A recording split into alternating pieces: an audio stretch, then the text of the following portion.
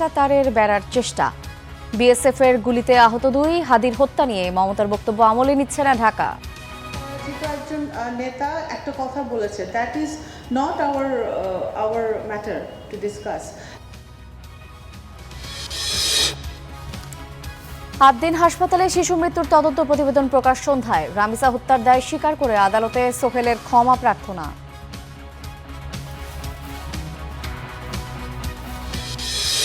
আমার তো কয়টা ফাইটটা আছে, আমি কি করবো আমার সন্তানের জন্য?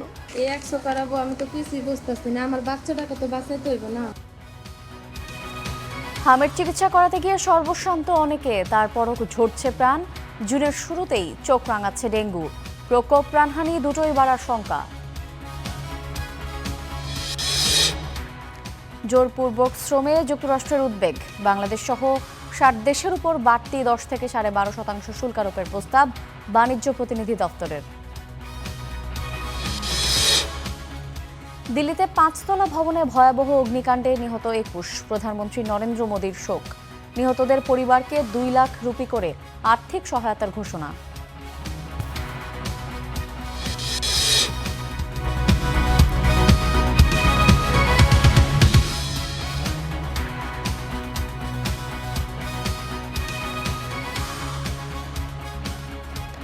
স্বাগত স্টার নিউজে, সঙ্গে আছি আমি শায়লা রহমান ইমা। দেখছিলেন শিরোনাম, এবার বিস্তারিত।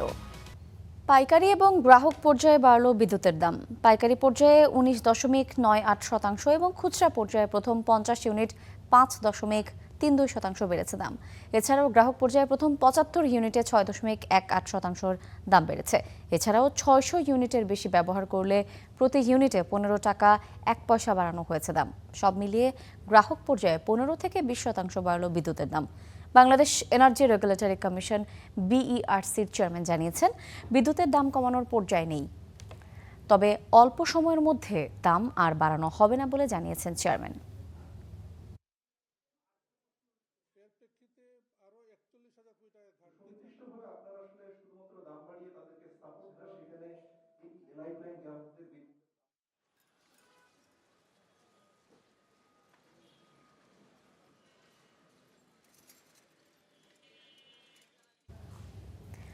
এ বিষয়ে বিস্তারিত জানাতে আমাদের সঙ্গে সরাসরি যুক্ত হচ্ছেন সহকর্মী মাঝহার মাহবুব। মাঝহার, নতুন দাম বাড়ানোর পক্ষে কি কি যৌক্তিক বিষয় উঠে এসেছে এবং গ্রাহকরা কি বলছেন এই দাম বৃদ্ধিতে?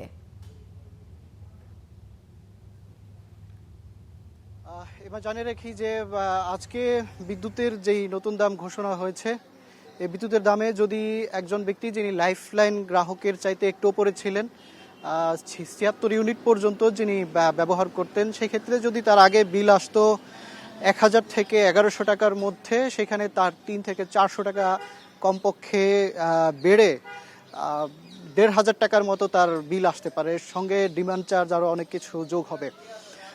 ডিপিডিসির সহ আসলে ডেসকো এবং আরও যে সমস্ত বিতরণ কোম্পানিগুলো আছে, তাদের যেই প্রস্তাবনা ছিল, তারা আসলে তাদের সপক্ষে বেশ কিছু যুক্তি দিয়েছে যে একদিকে পাওয়ার প্ল্যান্টগুলোতে আসলে বিদ্যুতের বিল অনেক বেশি বকেয়া রয়েছে, সেগুলো পরিশোধ করতে হবে। অপরদিকে তেলভিত্তিক জ্বালানি নির্ভর যতগুলো পাওয়ার প্ল্যান্ট আছে, সেগুলোতে খরচ খুব বেশি হচ্ছে। অপরদিকে এলএনজি আমদানির কারণেও কিন্তু বিদ্যুতের উৎপাদনের যে খরচ, সেটি বেড়ে গিয়েছে।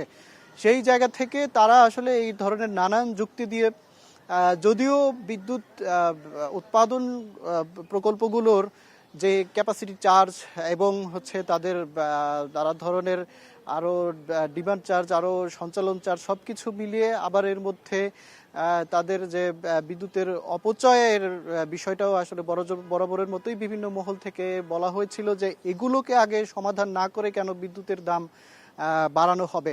সেই প্রশ্নে কিন্তু আজকে বিইআরসির চেয়ারম্যান বলেছেন যে বিদ্যুতের দাম এখনো পর্যন্ত যতটুকু বাড়ানো হয়েছে তারা যুক্তিসঙ্গত মনে করছেন, কারণ তারা মনে করেন যে যেই পরিমাণ ভর্তুকি আছে, যদি 70% পর্যন্ত বাড়ানো যেত, তাহলে হয়তো সরকারকে আর ভর্তুকি দিতে হতো না। সেইখানে গ্রাহক পর্যায়ে 15 থেকে প্রায় 20% এবং খুচরা পর্যায়ে কিন্তু 19%-এরও বেশি বাড়ানো হয়েছে। এবং বিআরসি মনে করছে যে এটি আসলে খুব বেশি বাড়ানো হয়নি, এমনটি তাদের যুক্তি। তবে বিআরসি আরেকটু বলেছে যে আসলে সামনে যেহেতু রূপপুর পারমাণবিক বিদ্যুৎ কেন্দ্র আসছে, সেই জায়গা থেকে রূপপুর পারমাণবিক বিদ্যুৎ কেন্দ্র যদি প্রকল্প থেকে যদি বিদ্যুৎ সরবরাহ শুরু হয়, তাহলে যে সমস্ত ডিজেল মাঝার আমাদেরকে জানাবেন যে এই বিদ্যুতের দাম বৃদ্ধিতে এই খাতে সরকারের ভর্তুকি কত কমলো, এ বিষয়ে কোনো তথ্য আছে কিনা আপনার কাছে, এবং এছাড়াও জানাবেন যে আসলে সর্বোপরি এনার্জি রেগুলেটরি কমিশন থেকে কিছু বলা হয়েছে কিনা, এ বিষয়ে বিশেষ কোনো বক্তব্য আছে কিনা, বিশেষ করে ক্যাপাসিটি চার্জ নিয়ে। পিডিবির পক্ষ থেকে প্রস্তাবনার সময়ে যেমনটা জানানো হয়েছিল যে তাদের 2000 টাকার মতো ভর্তুকি কমবে, তবে তাদের যে প্রস্তাবনা ছিল 15 থেকে 30% পর্যন্ত বাড়ানোর, সেই জায়গাতে আসলে তারা কয়েকটি ধাপে ধাপে বলেছিল যে 30% পর্যন্ত বাড়ালে 6000 কোটি টাকা, এবং এই 15 থেকে 20%, 22%-এর মধ্যে থাকলে 2000 কোটি টাকার মতো তাদের কমতে পারে, এমনটাই কিন্তু তাদের পক্ষ থেকে জানানো হয়েছিল। আর ক্যাপাসিটি চার্জের ব্যাপারে আজকে বিআরসির চেয়ারম্যান যেমনটা জানিয়েছে যে এর আগে যতগুলো প্রকল্প নেওয়া হয়েছে বিদ্যুৎ জ্বালানি দ্রুত সরবরাহ আইন 2010-এর অধীনে, কোনো কিছুই তো আসলে কোনো ধরনের দরপত্র বা টেন্ডার ছাড়া একচ্ছত্রভাবে সব প্রকল্পগুলো দেয়া হয়েছে বেসরকারি কোম্পানিগুলোকে, বেসরকারি খাতকে। সেই জায়গা থেকে বিআরসির চেয়ারম্যান যেটি এর আগেও বলেছিলেন যে যদি কোনো প্রকল্প এর পরে নেওয়া হয় সেটা বিআরসিকে আগে জানাতে হবে, এবং বিআরসি সেটা হিসেব করে দেখবে যে প্রেক্ষাপট অনুযায়ী ওই প্রকল্প নির্মাণ ব্যয় এবং ওই প্রকল্পের বিদ্যুৎ উৎপাদন এবং সেটা সঞ্চালন লাইন সবকিছু মিলিয়ে কেমন খরচ পড়তে পারে, এরপরে বিআরসির অনুমোদনের পরে আসলে সেটা পরিকল্পনা মন্ত্রণালয়ে পাঠানোর নির্দেশনা তারা সব দপ্তরগুলোকে পাঠিয়েছে। এবং আজকে বিআরসির চেয়ারম্যান যেটি জানিয়েছে যে সব দপ্তরগুলোকে তারা চিঠি দিবেন যে ক্যাপাসিটি চার্জগুলো আবার পুনর্মূল্যায়ন যেন করা হয়। সেই জায়গা থেকে বিআরসি আরও বেশি সক্রিয় হচ্ছে এবং সব দপ্তরগুলোকে এবং বিদ্যুৎ প্রকল্পগুলোকে সেই খরচ কমিয়ে আনার জন্য তারা যেমনটা বলছেন যে কারণ যে সমালোচনা হয়েছে সব বিআরসির গাড়ি এসে চাপছে, সেই জায়গা থেকে বিআরসি মাঝার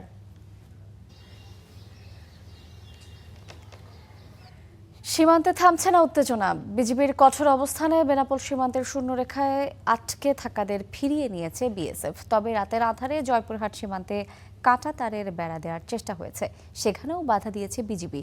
আর সাতক্ষীরায় বসন্তপুর সীমান্তে বিএসএফের গুলিতে আহত হয়েছেন 2 বাংলাদেশি। 3 দিন ধরে যশোর সীমান্তের শূন্যরেখায় আটকা ছিলেন নারী শিশুসহ বেশ কয়েকজন। আরও 1.5 শতাধিক মানুষকেও সীমান্তে জড়ো করে পুশিং চেষ্টার অভিযোগ ওঠে বিএসএফের বিরুদ্ধে। শেষ পর্যন্ত বিজিবির কঠোর অবস্থানে তা সম্ভব হয়নি। প্রতিরোধ গড়ে তোলেন এলাকাবাসীও। পরে সবাইকে সরিয়ে নিতে বাধ্য হয় বিএসএফ। পুশিংয়ের মাধ্যমে কিছু লোক বাংলাদেশে পাঠানোর চেষ্টা করছিল। আমাদের তৎপর ছিল বিজিবি, তারা সবসময় তৎপর থাকে এবং দেশের জন্য কাজ করছে, তারা এটা রুখে দিয়েছে। ভারত থেকে আসছে, ও তো বাংলাদেশের না, ওদের তো কোনো কাগজপাতি নাই। তারা কিন্তু কখনোই সীমান্ত রেখা ক্রস করতে আমরা দেইনি। ভারতের অভ্যন্তরেই তাদেরকে আমরা আটকে রেখেছিলাম। তারা কখনোই সীমান্ত রেখা ক্রস করে বাংলাদেশে ঢুকতে পারে। বিজিবি তার ডিউটিতে যেরকম ছিল সেরকম তার টহল যেরকম থাকার কথা ঠিক সেরকমই আছে। অশান্ত জয়পুরহাটের 5 বিবি পূর্ব উচনা ঘোনাপাড়া সীমান্ত। রাতের আধারে কাঁটাতারের বেড়া দেওয়ার চেষ্টার অভিযোগ উঠেছে ভারতীয় সীমান্তরক্ষী বাহিনীর বিরুদ্ধে। পরে বিজিবির বাধায় বন্ধ হয়ে যায় কাজ। ব্যাটালিয়ন কমান্ডার পর্যন্ত দরবার করতেছে, তারা কিছুতেই মানতেছে না। হয়তো 2-1 দিন সময়ের জন্য চুপচাপ থাকে, আবার শুরু করে তারা। মাথা দেশে বন্ধ করে চলে গেছে, এইটাই কাজ সারা দিয়ে চলে গেছে। যত রকম তথ্য আছে মিডিয়া সেলের সাথে যোগাযোগ, আমি নাম্বার দিচ্ছি, প্রয়োজন হলে ওনার সাথে কথা বলবো। গুলির ঘটনা ঘটেছে সাতক্ষীরার কালীগঞ্জের বসন্তপুর সীমান্তে। বিএসএফের গুলিতে 2 বাংলাদেশি আহত হয়েছেন। পশ্চিমবঙ্গে ক্ষমতার পালাবদলের পর থেকেই আতঙ্কে সীমান্তের মানুষ। টহল জোরদার করেছে বিজিবি। শোভন মাহমুদ খান, স্টার নিউজ। এদিকে পশ্চিমবঙ্গের হাকিমপুর সীমান্তে আবারও জড়ো হয়েছেন নথিহীন 1.5 শতাধিক নাগরিক। গণগ্রেফতার এবং হোল্ডিং সেন্টারে আটক হওয়ার শঙ্কার মধ্যেই সীমান্তে জড়ো হয়েছেন তারা। সীমান্তে বসানো বিএসএফ এর বায়োমেট্রিক ক্যাম্পের হিসেব বলছে, গেল এক বছরে নিজ দেশে ফিরে যাওয়ার জন্য হাকিমপুর সীমান্তে ভিড় করেন নথিহীন অন্তত 900 নাগরিক। এছাড়া পশ্চিমবঙ্গের বিভিন্ন হোল্ডিং সেন্টারে আটক আরও 350 মানুষ। মুর্শিদাবাদ হোল্ডিং সেন্টারে আছেন 12 জন, মালদায় 15 জন, নদিয়ার হোল্ডিং সেন্টারে আটক রয়েছেন 1 জন। তাদেরকে নিজ দেশে পাঠিয়ে দেওয়ার কথা জানিয়েছে ভারতের সীমান্তরক্ষী বাহিনী বিএসএফ। হোল্ডিং সেন্টারে থাকা নথিহীন নাগরিকদের স্বাস্থ্যসেবা, খাওয়া দাওয়া ও নিরাপত্তার বিষয়গুলো পশ্চিমবঙ্গ প্রশাসন দেখছে বলে জানাচ্ছে কর্তৃপক্ষ।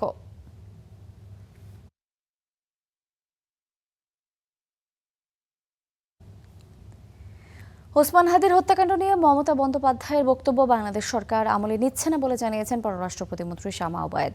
পররাষ্ট্র মন্ত্রণালয়ে তিনি সাংবাদিকদের জানিয়েছেন, জাতিসংঘ সাধারণ পরিষদের সভাপতি নির্বাচিত হওয়া বাংলাদেশের গণতন্ত্রের বিজয়। জাতিসংঘের সাধারণ পরিষদের 81তম অধিবেশনের সভাপতি পদে জয়ী হয়েছে বাংলাদেশের পররাষ্ট্রমন্ত্রী ডক্টর খলিলুর রহমান। এরপর থেকে যুক্তরাষ্ট্র, চীন, ভারত, পাকিস্তান সহ বিশ্বের বিভিন্ন দেশ অভিনন্দন বার্তা পাঠায় তাকে।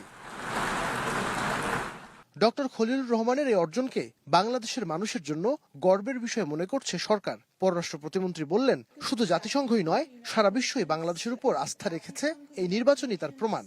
মাননীয় প্রধানমন্ত্রী জনাব তারেক রহমানের যে ফরেন পলিসি, যে বাংলাদেশ ফার্স্ট, উনি আরো আক্ষরিক অর্থে নিয়ে গেছেন, উনি এক ধাপ এগিয়ে গেছেন ফরেন পলিসিটা নিয়ে, যে বাংলাদেশ ফার্স্ট পলিসিতে উনি চলছেন। কিন্তু আমাদের বাংলাদেশকে বিশ্বের মানচিত্রে, বিশ্বমণ্ডলে একটি অত্যন্ত গৌরবোজ্জ্বল জায়গায় স্থান এনে দেওয়া, সেই জায়গাটা কিন্তু মাননীয় প্রধানমন্ত্রীর নেতৃত্বে বাংলাদেশের 17 কোটি মানুষের এটা বিজয় আমি মনে করি। এ সময় প্রসঙ্গ ওঠে ওসমান হাদির হত্যাকাণ্ড নিয়ে পশ্চিমবঙ্গের সাবেক মুখ্যমন্ত্রী মমতা ব্যানার্জির বিস্ফোরক মন্তব্যের বিষয়ে। পররাষ্ট্র প্রতিমন্ত্রী জানান, এই বক্তব্য আমলে নিচ্ছে না বাংলাদেশ। দেখেন, এটা আকাশ পাতাল বলে তো লাভ নেই। আরেকটা দেশে নির্বাচন হয়েছে, সেই দেশে একটা পরাজিত হয়েছে, সেই পরাজিত একজন নেতা একটা কথা বলেছে, that is not our matter to discuss. এখন যদি ভারত সরকার যদি এখন বাংলাদেশকে হাদির হত্যার ব্যাপারে কিছু বলে, অবশ্যই অলরেডি তো আমরা এটা নিয়ে কাজ চলছে, কাজ এগিয়েছে, আমাদের এগিয়েছে, এবং আমরা এটা নিয়ে খুবই সিরিয়াসলি হোম মিনিস্ট্রি, স্বরাষ্ট্র মন্ত্রণালয় এবং পররাষ্ট্র মন্ত্রণালয় এটা নিয়ে কাজ করছে। হাদি হত্যার বিচার আমরা চাই। আর প্রধানমন্ত্রীর প্রথম বিদেশ সফর নিয়ে জানান, বহু দেশ থেকে দাওয়াত এসেছে, তিনি কোথায় যাবেন তার সিদ্ধান্ত একান্তই নিজস্ব। মাননীয় প্রধানমন্ত্রী সফর যখন হবে, মাননীয় প্রধানমন্ত্রীর দপ্তর থেকে ওনার অবশ্যই ওনার প্রেস উইং সেটা অফিসিয়ালি জানাবেন। নাইম আবির, স্টার নিউজ, ঢাকা। মমতা ব্যানার্জি বাংলাদেশের একটি বড় হত্যাকাণ্ড নিয়ে গুরুত্বপূর্ণ তথ্য ফাঁস করেছেন, এই মন্তব্য করেছেন এনসিপির মুখ্য সমন্বয়ক নাসিরউদ্দিন পাটোয়ারি। সকালে বেনাপোলের সাদিপুর সীমান্ত এলাকা পরিদর্শন করেন তিনি। এ সময় তিনি প্রশ্ন রাখেন, দেশে এত বড় হত্যাকাণ্ডের পর খুনি পালালো কিভাবে? সরকারকে তার জবাব দিতে হবে বলে মন্তব্য করেছেন তিনি। সীমান্তে বাংলাদেশিদের হত্যার দায়ে ভারতের বিরুদ্ধে আন্তর্জাতিক আদালতে মামলা করতে হবে। সীমান্তের মানুষদের দেখার কেউ নেই উল্লেখ করে তিনি বলেছেন, এখন থেকে বিজিবির পাশে দাঁড়াবে বাংলার দামাল ছেলেরা।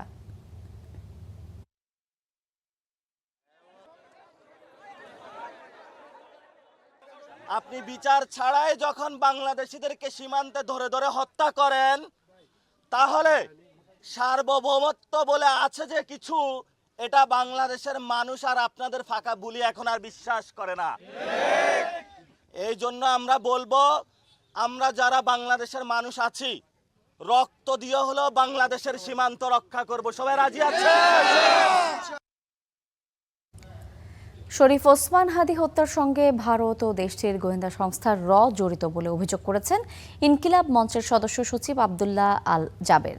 বুধবার বিকেলে ঢাকা বিশ্ববিদ্যালয়ের মধুর ক্যান্টিনের সামনে সংবাদ সম্মেলনে কথা বলেছেন তিনি। এদিকে ভারতে গ্রেফতার আসামিদের দ্রুত দেশে ফেরানোর দাবির পাশাপাশি আগামী শুক্রবার দেশব্যাপী বিক্ষোভ মিছিলের ডাক দেয় ইনকিলাব মঞ্চ। ভারতের সংশ্লিষ্টতা এটা তো খুবই সুস্পষ্ট, মানে ভারতের সর্বোচ্চ পর্যায় থেকে মমতা বন্দ্যোপাধ্যায়কে বলা হচ্ছে যে তুমি চুপ থাকো, এইটা দেশের বিষয়। তো এইখানে তো আসলে লুকোচুরির কিছু না, এইখানে তো ভারতের সংশ্লিষ্টতা আপনার পানির মতো পরিষ্কার। এই খুনের পেছনে যেই দেশি বিদেশি চক্রান্ত জড়িত রয়েছে এবং বাংলাদেশ থেকে এই খুনকে যারা ঘটিয়েছে তাদের প্রত্যেককে বিচারের মুখোমুখি করতে হবে অতি দ্রুত। একটি মহল দেশকে অস্থিতিশীল করার চেষ্টা করছে বলে মন্তব্য করেছেন বিএনপির মহাসচিব এবং স্থানীয় সরকার মন্ত্রী মির্জা ফখরুল ইসলাম আলমগীর। দুপুরে ঠাকুরগাঁওয়ের নবগঠিত রুহিয়া উপজেলার গণসংবর্ধনা অনুষ্ঠানে অংশ নেন তিনি। এ সময় মির্জা ফখরুল ইসলাম বলেছেন, নির্বাচনী প্রতিশ্রুতি অনুযায়ী কাজ করছে সরকার। তারেক রহমানের নেতৃত্বে দেশ এগিয়ে যাচ্ছে, তবে একটি মহল দেশকে অস্থিতিশীল করার ষড়যন্ত্র করছে। তাই ষড়যন্ত্র রোধে সবাইকে সজাগ থাকার আহ্বান জানান বিএনপি মহাসচিব।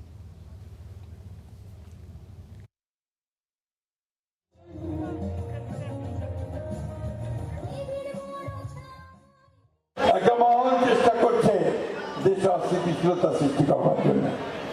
আপনাদের কাছে আমাদের আবেদন যে অস্থিতিশীলতা সৃষ্টি না করতে পারে তার জন্য আপনাদেরকে সতর্ক থাকা, সজাগ থাকা। কারণ এই সময়ে যখন আমরা নতুন করে দেশ গঠন করার কাজ শুরু করেছি তারেক রহমানের নেতৃত্বে, তখন যেন আমরা আবার বিভ্রান্তের আড়ে যাই। আদ্দিন হাসপাতালে 6 নবজাতকের মৃত্যুর ঘটনায় পূর্ণাঙ্গ তদন্ত প্রতিবেদন মন্ত্রণালয়ে, সেটি প্রকাশ হতে পারে কাল সকালে। স্বাস্থ্যমন্ত্রী জানিয়েছেন, পোস্টমর্টেম না হওয়ায় সুবিধা পেতে পারে আসামি পক্ষ, তবে অপরাধীরা কোনো ছাড় পাবে না বলেও আশ্বস্ত করেছেন তিনি। পাশাপাশি জানিয়েছেন, 492টি উপজেলায় 50 শয্যার হাসপাতালকে 101 শয্যায় উন্নীত করার সিদ্ধান্ত নিয়েছে সরকার। রাজধানীর মগবাজারের আদ্দিন হাসপাতালে 6 নবজাতকের মৃত্যুর ঘটনায় গঠিত তদন্ত কমিটি পূর্ণাঙ্গ প্রতিবেদন জমা দেবে আজ। এই ঘটনায় স্বাস্থ্য মন্ত্রণালয়ের তদন্তের পাশাপাশি স্বাস্থ্য অধিদপ্তর থেকেও একটি বিশেষ তদন্ত কমিটি গঠন করা হয়। বুধবার নিজ দপ্তরে সরকারের বিভিন্ন চলমান কর্মসূচি তুলে ধরেন স্বাস্থ্যমন্ত্রী। এই সময় আদ্দিন হাসপাতাল নিয়ে প্রশ্ন করা হলে স্বাস্থ্যমন্ত্রী বলেন, হাসপাতালে 6 নবজাতকের মৃত্যুর ঘটনায় কেউ ছাড় পাবে না, তবে পোস্টমর্টেম না হওয়ায় সুবিধা পেতে পারে আসামি পক্ষ।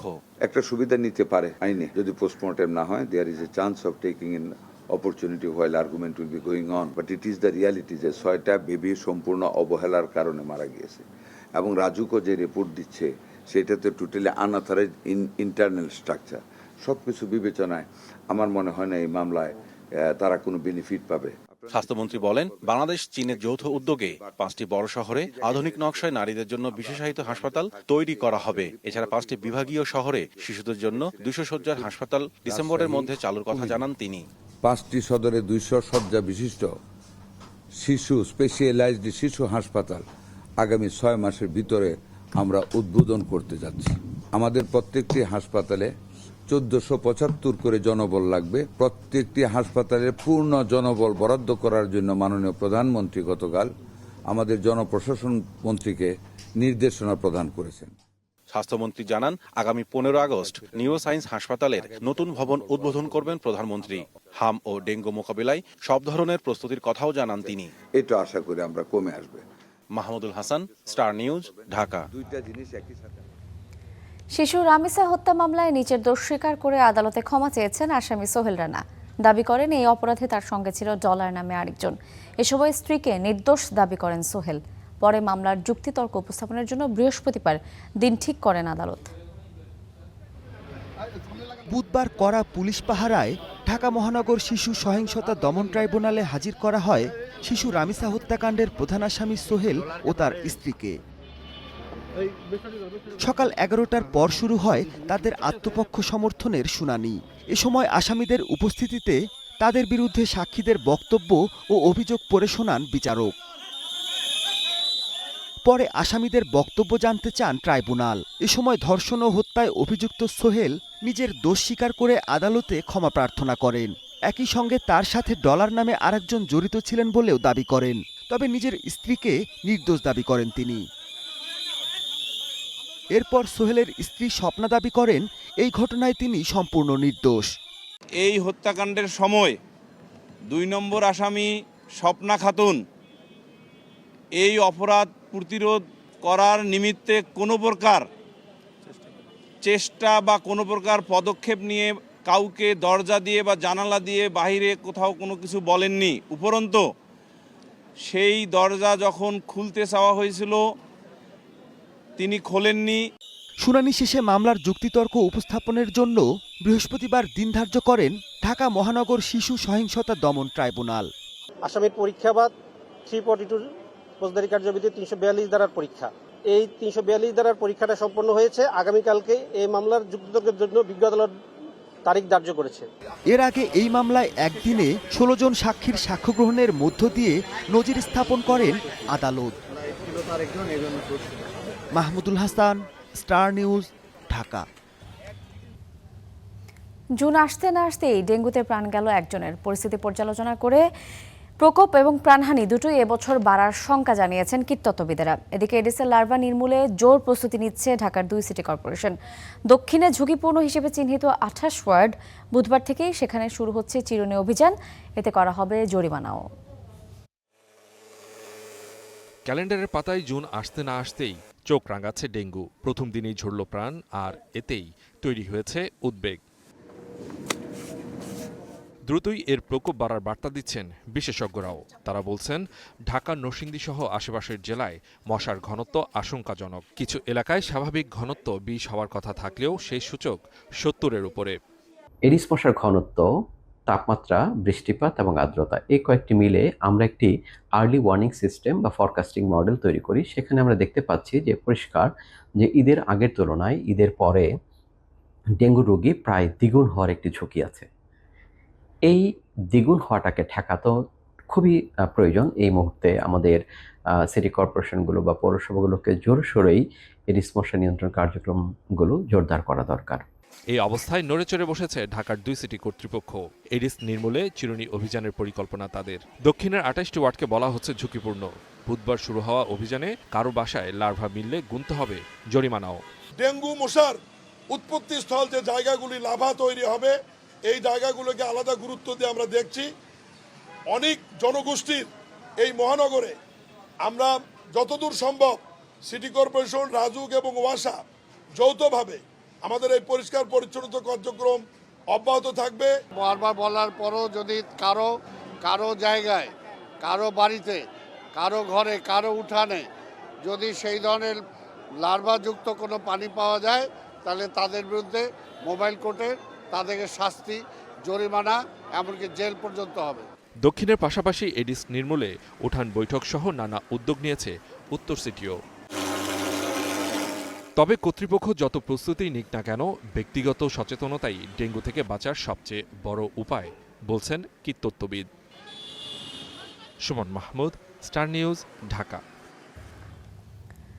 প্রধানমন্ত্রী তারেক রহমানের সঙ্গে সৌজন্য সাক্ষাৎ করেছে জাপানের শীর্ষস্থানীয় বাণিজ্য এবং বিনিয়োগকারী প্রতিষ্ঠান মিৎসুই অ্যান্ড কোং এর একটি প্রতিনিধি দল। সকালে সচিবালয়ে মন্ত্রিপরিষদ বিভাগে প্রধানমন্ত্রীর কার্যালয়ে এই সাক্ষাৎ অনুষ্ঠিত হয়। বৈঠকে বাংলাদেশ সরকারের পক্ষ থেকে প্রতিনিধি দলকে জানানো হয়, বর্তমান সরকার বিনিয়োগ বান্ধব নীতি অনুসরণ করছে এবং বিদেশি বিনিয়োগ আকর্ষণ এবং সম্প্রসারণে সব ধরনের সহযোগিতা নিশ্চিত করবে। লজিস্টিক্স, অবকাঠামো, ধাতু জ্বালানি এবং খাদ্য বাণিজ্য সহ বিশ্বজুড়ে বেশ কয়েকটি খাতে ব্যবসা পরিচালনা করে আসছে জাপানি প্রতিষ্ঠান মিৎসুই অ্যান্ড কোং।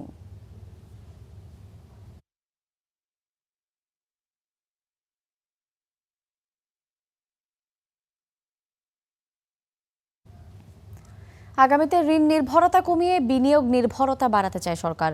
রয়েছে $1 ট্রিলিয়ন অর্থনীতি বাস্তবায়নের প্রত্যাশাও। সচিবালয়ে প্রধানমন্ত্রীর সঙ্গে জরুরি বৈঠক শেষে এসব কথা বলেছেন অর্থমন্ত্রী আমির খসরু মাহমুদ চৌধুরী। এ সময় তিনি বলেন, দেশের প্রতিটি মানুষের কথা চিন্তা করে এই নতুন বাজেট দেওয়া হচ্ছে। অর্থনীতির বিভিন্ন সূচকে নিম্নমুখী অবস্থানের মধ্যেই প্রায় 20 বছর পর নতুন বাজেট ঘোষণা করতে যাচ্ছে বিএনপি সরকার, যেখানে দেশের প্রতিটি মানুষের স্বার্থ থাকবে বলে জানান অর্থমন্ত্রী। বুধবার সচিবালয়ে প্রধানমন্ত্রীর সাথে জরুরি বৈঠক শেষে এসব কথা বলেন তিনি। এই দেশের প্রত্যেকটি নাগরিককে মাথায় রেখে বাজেট দেওয়া হচ্ছে ইনশাআল্লাহ। আমাদের একটা খারাপ সময়, ভঙ্গুর অর্থনীতি, তার মধ্যে আমরা চেষ্টা করেছি বাংলাদেশের প্রতিটি মানুষের কথা চিন্তা করেছি। সবাইকে মাথায় রেখে বাজেট দেওয়া হবে ইনশাআল্লাহ। এ সময় তিনি বলেন, ঋণের ফাঁদ থেকে দেশকে বের করতে চায় সরকার। এজন্য আগামীতে বিনিয়োগে বেশি নজর দেওয়া হবে। চেষ্টা করছি এই ঋণের আমাদের বাংলাদেশকে যে ঋণ নির্ভর, ঋণ ডেটের মধ্যে একটা ট্র্যাপের মধ্যে চলে যাচ্ছিলাম, সেখান থেকে আগামী দিনে ফিরে আসার জন্য যে পাবলিক ফাইন্যান্স ম্যানেজমেন্ট দরকার, আমরা সেভাবেই করার চেষ্টা করছি, যাতে করে ক্রমান্বয়ে ঋণ উপর নির্ভর কম করে বিনিয়োগের উপর বেশি নির্ভর করতে হবে আমাদেরকে। আমাদের পরিচালন ব্যয় ক্রমান্বয়ে কমিয়ে আনতে হবে, বিনিয়োগ বেশি বাড়াতে হবে। বাজেটের সুফল প্রতিটি নাগরিকের কাছে পৌঁছাতে বর্তমান সরকার কাজ করছে বলেও জানান অর্থমন্ত্রী। মায়াশিকা রহমান, স্টার নিউজ, ঢাকা। জোরপূর্বক শ্রম ব্যবহার করে পণ্য উৎপাদন কার্যক্রম বন্ধে কার্যকর পদক্ষেপ নিতে ব্যর্থ হওয়ায় বাংলাদেশ, ভারত, পাকিস্তান সহ 60টি দেশের পণ্য আমদানিতে অতিরিক্ত শুল্ক আরোপের প্রস্তাব দিয়েছে মার্কিন বাণিজ্য দপ্তর। এই হার 10 থেকে 12.5% করার প্রস্তাব করা হয়েছে। এটি কার্যকর হলে মার্কিন বাজারে আরেক দফা শুল্ক খড়গে পড়বে বাংলাদেশ, যা সার্বিক রপ্তানিকে ক্ষতিগ্রস্ত করবে বলে মনে করছেন ব্যবসায়ীরা। ক্ষমতায় আসার 2 মাসের মাথায় বাণিজ্য ঘাটতি কমানো আর দেশীয় উৎপাদন খাতকে শক্তিশালী করতে দেশে দেশে উচ্চ শুল্ক আরোপ করে ট্রাম্প প্রশাসন। আলোচনার মাধ্যমে বিভিন্ন দেশ এই হার কমিয়েও আনে। তবে চলতি বছর মার্কিন সুপ্রিম কোর্ট ট্রাম্পের এই ধরনের শুল্ককে অবৈধ ঘোষণা করায় আগের আদায় করা অর্থ ফেরত দিতে হচ্ছে। পরিস্থিতি এমন হতে পারে আগে থেকে আঁচ করে ভিন্ন পথে হাঁটে ট্রাম্প প্রশাসন। এর অংশ হিসেবে গেল মার্চ থেকে বাণিজ্য আইনের 301 ধারা অনুযায়ী মার্কিন স্বার্থ পরিপন্থী ইস্যুতে তদন্ত শুরু করে মার্কিন প্রশাসন, যার মধ্যে ছিল জোরপূর্বক শ্রম ব্যবহার করে পণ্য উৎপাদন। মার্কিন বাণিজ্য অংশীদার সকল দেশের বিরুদ্ধে শুরু হয় এই তদন্ত। তদন্ত অনুযায়ী অবশেষে মার্কিন বাণিজ্য দপ্তর USTR বলছে, জোরপূর্বক শ্রমশক্তি ব্যবহার করে উৎপাদিত পণ্য মার্কিন বাজারে রপ্তানি করে বাজার নিয়ন্ত্রণের চেষ্টা করছে 60টি দেশ। এসব দেশের ওপর 10 থেকে 12.5% অতিরিক্ত শুল্ক আরোপের সুপারিশ করেছে দপ্তরটি। বুধবার USTR জানায় 60টি দেশের মধ্যে 54টি দেশ জোরপূর্বক শ্রম নিয়ন্ত্রণে পুরোপুরি ব্যর্থ হয়েছে। যেই তালিকায় আছে বাংলাদেশ, ভারত, চীন, ইসরায়েল, সৌদি আরব, যুক্তরাজ্য। এছাড়া ইউরোপীয় ইউনিয়ন সহ 15টি দেশের বিরুদ্ধে অভিযোগ এসব দেশ বিদ্যমান নিষেধাজ্ঞা কার্যকরভাবে প্রয়োগে ব্যর্থ হয়েছে। তবে দেশের ব্যবসায়ীরা বলছেন, সরকার কার্যকর পদক্ষেপ নিলে বাংলাদেশের ওপর এই শুল্ক থাকবে না। ট্রাম্প যখন তার আগে ইম্পোজ করা ট্যারিফটা যখন তার উচ্চ আদালত যখন বাতিল করে দিল, এরপরে নানা অজুহাত খুঁজতেছিল, এটা একটা অজুহাত দাঁড় করিয়ে এটা ইম্পোজ করার চেষ্টা করতেছে। তবে আমার বিশ্বাস যে বাংলাদেশের উপরে এই অভিযোগ তারা প্রমাণ করতে পারবে না, এবং আমি মনে করি যে আমাদের সরকার যদি এটাকে যথাযথভাবে এটার উত্তর দেয়, আমার বিশ্বাস যে বাংলাদেশের উপর এটা থাকবে না। মার্কিন বাণিজ্য দপ্তর বলছে, কানাডা, মেক্সিকো, তাইওয়ান, যুক্তরাজ্য সহ কয়েকটি দেশে আরোপিত হতে পারে 12.5% অতিরিক্ত শুল্ক। চীন, ভারত, বাংলাদেশ সহ আরও কিছু দেশের জন্য এই হার হতে পারে 10%। মার্কিন বাণিজ্য দপ্তরের প্রতিনিধি জেমিসন গ্রিয়ার জানান, জোরপূর্বক শ্রমের মধ্য দিয়ে যে বাণিজ্য অংশীদার দেশগুলো পণ্য তৈরি করে তাদের কাছ থেকে পণ্য আমদানি মার্কিন শ্রমিকদের জন্য একটি অসম প্রতিযোগিতাও তৈরি করছে। ঈশিতা ব্রহ্ম, স্টার নিউজ। দেখছেন স্টার নিউজ, ফিরছি একটু পরেই।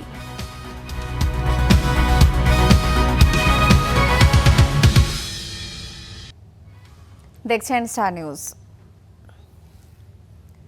সাংবাদিক দম্পতি সাগররনী হত্যাকাণ্ডের বিষয়ে প্রাথমিক তদন্তকালীন সময়ে গাফিলতি হয়েছে। তারপরও হাইকোর্টের নির্দেশে তদন্ত চলছে বলে জানিয়েছেন attorney general barrister Ruhul Kuddus Kajol. দুপুরের সাগররনী হত্যা মামলার সবশেষ অবস্থা জানতে attorney general barrister Ruhul Kuddus কাজলের সঙ্গে দেখা করতে যান তাদের একমাত্র সন্তান মেঘ। সঙ্গে ছিলেন মামলার বাদী ও নিহত রুনির ছোট ভাই নওশের আলী রোমান। এ সময় মামলার অগ্রগতি নিয়ে হতাশা ব্যক্ত করেন তারা। পরে অ্যাটর্নি জেনারেল বলেছেন, ঘটনার সময়ে যারা তদন্তের দায়িত্বে ছিলেন তাদের হদিস পাওয়া যাচ্ছে না। ইতোমধ্যে ওই মামলার তদন্তে গঠিত টাস্ক ফোর্স আদালতে একটি অগ্রগতির প্রতিবেদন জমা দিয়েছে।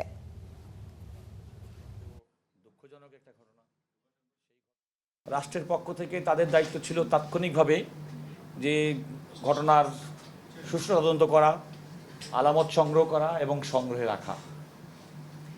আপনি খেয়াল করে দেখেন যে সেই মামলাটি দীর্ঘদিন পর্যন্ত তদন্ত সম্পন্ন হয়নি। ইসলামী ব্যাংকের নতুন চেয়ারম্যান খুরশিদ আলমের পদত্যাগ সহ 7 দফা দাবিতে তৃতীয় দিনের মতো বিক্ষোভ করেছে সচেতন গ্রাহক ফোরাম। চেয়ারম্যান প্রবেশ করলেই প্রধান কার্যালয়ে ঘেরাওয়ের হুঁশিয়ারি দেন আন্দোলনকারীরা। তারা অভিযোগ করেন, ইসলামী ব্যাংক নিয়ে বাংলাদেশ ব্যাংক বিতর্কিত মন্তব্য করছে। ইসলামী ব্যাংকের নতুন চেয়ারম্যান খুরশিদ আলমের পদত্যাগ সহ 7 দফা দাবিতে তৃতীয় দিনের মতো আবারও আন্দোলনে গ্রাহকরা। বুধবার সকাল 11টা থেকে মতিঝিলে ব্যাংকের প্রধান কার্যালয়ের সামনে সচেতন গ্রাহক ফোরামের ব্যানারে আন্দোলনে নামেন তারা। এদিন আন্দোলনকারীরা প্রথমে মানববন্ধন, পরে বিক্ষোভ মিছিল করেন। মিছিলটি প্রধান কার্যালয়ের সামনে থেকে শুরু হয়ে প্রেস ক্লাবে গিয়ে শেষ হয়। তাদের অভিযোগ, ইসলামী ব্যাংক আবারও লুটেরা গোষ্ঠীর হাতে তুলে দেওয়া হচ্ছে।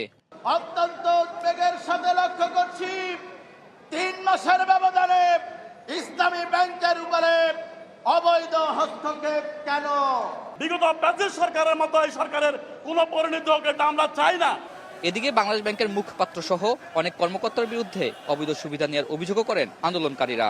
বাংলাদেশ ব্যাংক থেকে বিতর্কিত বক্তব্য দেওয়ারও অভিযোগ করেন। বেশিবাদী কায়দা, বিগত বেশি সরকার একই কায়দায় এই দেশের বিভিন্ন গোয়েন্দা সংস্থা সহ এজেন্সিকে ব্যবহার করেছে। আমরা এর নিন্দা জ্ঞাপন করছি। আমরা বিস্ময়ের সাথে আরো লক্ষ্য করছি যে বর্তমান যে সরকার ইনকিলাবীদের প্রতি তাদের একটি বিশেষ দুর্বলতা রয়েছে। এ সময় ইসলাম ব্যাংকের বর্তমান চেয়ারম্যান ও তার স্ত্রীর নানা দুর্নীতির তথ্য তুলে ধরেন গ্রাহকরা। সেই সঙ্গে দাবি আদায় না হওয়া পর্যন্ত আন্দোলন চালিয়ে যাওয়ার ঘোষণা দেন। রাজপথের আন্দোলনে যদি কিছু না হয়, তারা যাও গ্রামীণ আন্দোলন দেখে যাও। আমরা তোমাদেরকে বাংলাদেশ ব্যাংক থেকে বিতাড়িত করে ছাড়বো ইনশাআল্লাহ। আজকে আমরা গ্রাহকদের নিয়ে এখানে ঐক্যবদ্ধ হয়েছি। ইসলামী ব্যাংকের যে অবৈধ চেয়ারম্যান, তাকে অবশ্যই অপসারণ করতে হবে। ইসলামী ব্যাংকের স্বনামধন্য এমডি ওমর ফারুক খানকে আবার তার পদে বহাল করতে হবে। নতুন চেয়ারম্যান ইসলামী ব্যাংকের প্রধান কার্যালয়ে প্রবেশ করলেই ব্যাংক ঘেরাও করার হুঁশিয়ারি দেওয়া হয়। আতাউর নিয়ন, স্টার নিউজ, ঢাকা। বাগেরহাটের খান জাহান আলী মাজারের দিঘিতে থাকা একমাত্র কমিটি সরিয়ে নেওয়া হয়েছে, পাঠানো হয়েছে খুলনার বন্যপ্রাণী পুনর্বাসন কেন্দ্রে। সকাল 10টা থেকে শুরু হয় কমিটি ধরার কার্যক্রম। 12টার দিকে খাবারের প্রলোভন দেখিয়ে ঘিরে ফেলা হয়। এরপর স্থানীয়দের সহায়তায় বন বিভাগের কুমির বিশেষজ্ঞরা দিঘির পূর্ব পাড় থেকে কমিটিকে আটক করেন। পরে হাত পা ও চোখ বেঁধে গাড়িতে ওঠানো হয়। এরপর নেওয়া হয় খুলনার বন্যপ্রাণী উদ্ধার এবং পুনর্বাসন কেন্দ্রে। 3 দিন আগে কুমিরটির আক্রমণে এক শিশুর মৃত্যু হয়। তার আগে একটি কুকুরকে টেনে নিয়ে যায় কমিটি। গতকাল রাতে জেলা প্রশাসনের সম্মেলন কক্ষে জরুরি সভায় জননিরাপত্তার স্বার্থে প্রাণীটি সরিয়ে নেওয়ার সিদ্ধান্ত জানানো হয়।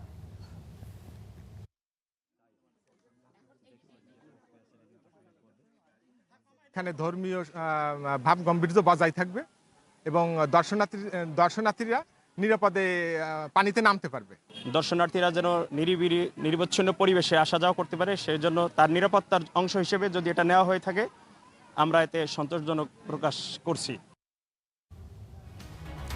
দেখছেন স্টার নিউজ, ফিরছে একটু পরেই।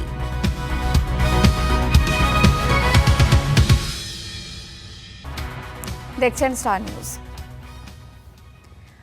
বরগুনায় সেপটিক ট্যাঙ্কে নেমে 2 শ্রমিকের মৃত্যু হয়েছে। সকালে আমতলীর AK স্কুল সংলগ্ন ইউসুফ মাওলানা নির্মাণাধীন ভবনে কাজ করছিলেন শ্রমিকরা। এ সময় নির্মাণাধীন সেপটিক ট্যাঙ্কের শাটারিং খুলতে ভেতরে নামেন জাহিদুল নামে এক শ্রমিক। পরে তিনি অচেতন হয়ে পড়লে উদ্ধারে আবু জাফর নামে আরেক শ্রমিক ভেতরে নামেন। খবর পেয়ে ফায়ার সার্ভিস ঘটনাস্থলে পৌঁছে দুজনকে উদ্ধার করে উপজেলা স্বাস্থ্য কমপ্লেক্সে নিলে চিকিৎসক দুজনকেই মৃত ঘোষণা করেন। আন্তর্জাতিক প্রসঙ্গ। ভারতের রাজধানী নয়াদিল্লিতে একটি 5তলা ভবনে ভয়াবহ অগ্নিকাণ্ডে নিহত হয়েছেন অন্তত 21 জন। বুধবার সকাল 8টার দিকে মালভিয়া নগর এলাকায় এই ঘটনা ঘটে। 5তলা ভবনের বেসমেন্টে অবস্থিত মিকাসাইন হোটেলে রান্নাঘরে আগুনের সূত্রপাত হয় বলে প্রাথমিকভাবে জানা গেছে। ধারণা করা হচ্ছে দুর্ঘটনার সময় ভবনটিতে প্রায় 40 জন অবস্থান করছিলেন। পরে তাদেরকে উদ্ধার করে আগুন নিয়ন্ত্রণে নেয় দমকল কর্মীরা। সামাজিক যোগাযোগ মাধ্যমে ছড়িয়ে পড়া একটি ভিডিওতে দেখা যায় আগুন থেকে বাঁচতে কয়েকজন মানুষ জ্বলন্ত ভবন থেকে নিচে লাফিয়ে পড়ছেন। এ ঘটনায় শোক প্রকাশ করেছেন দেশটির প্রধানমন্ত্রী নরেন্দ্র মোদী। এছাড়া নিহতদের পরিবারকে 2 লাখ রুপি করে আর্থিক সহায়তা দেওয়ার ঘোষণা দিয়েছেন তিনি।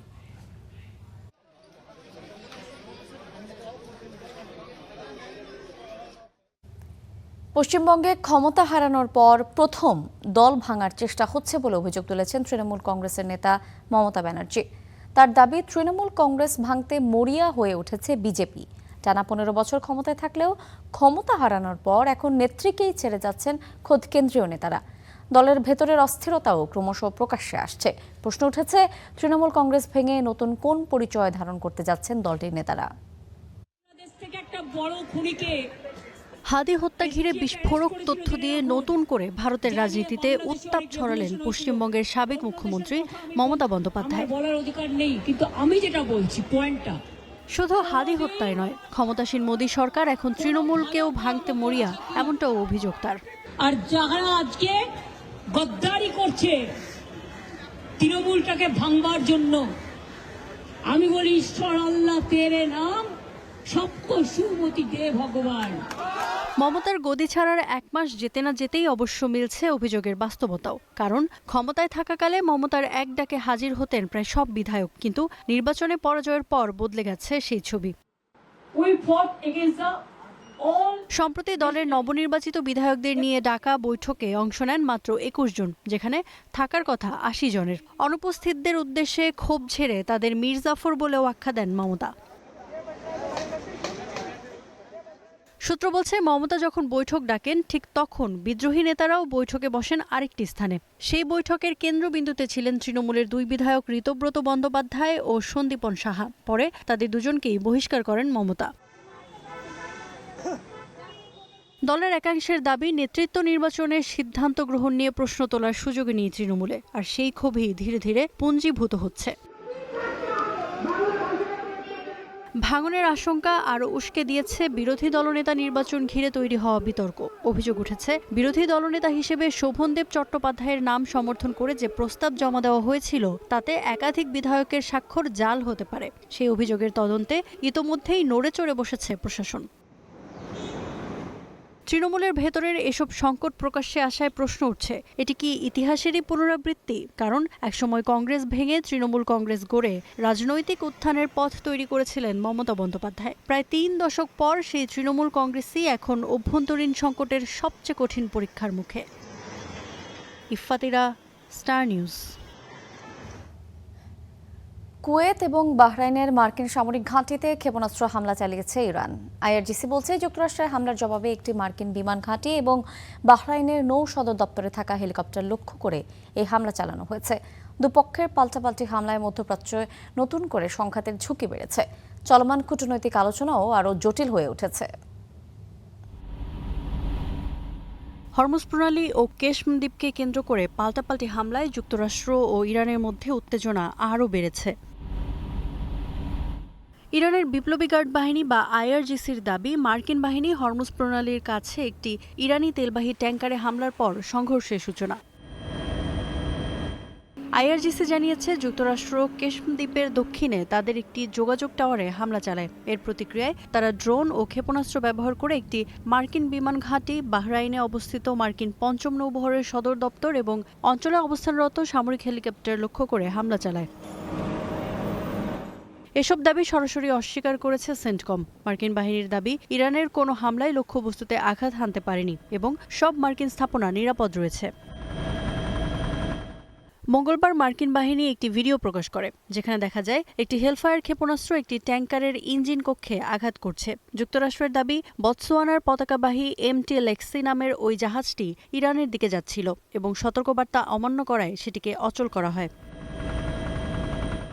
অন্যদিকে যুদ্ধবন্ধে যুক্তরাষ্ট্র ও ইরানের মধ্যে আলোচনা নিয়ে দেখা দিয়েছে নতুন অনিশ্চয়তা। ইরানি সংবাদ মাধ্যম জানিয়েছে, কয়েকদিন ধরে দুদেশের মধ্যে বার্তা আদান প্রদান বন্ধ রয়েছে। তবে মার্কিন প্রেসিডেন্ট ডোনাল্ড ট্রাম্পের দাবি, আলোচনা এখনও চলমান।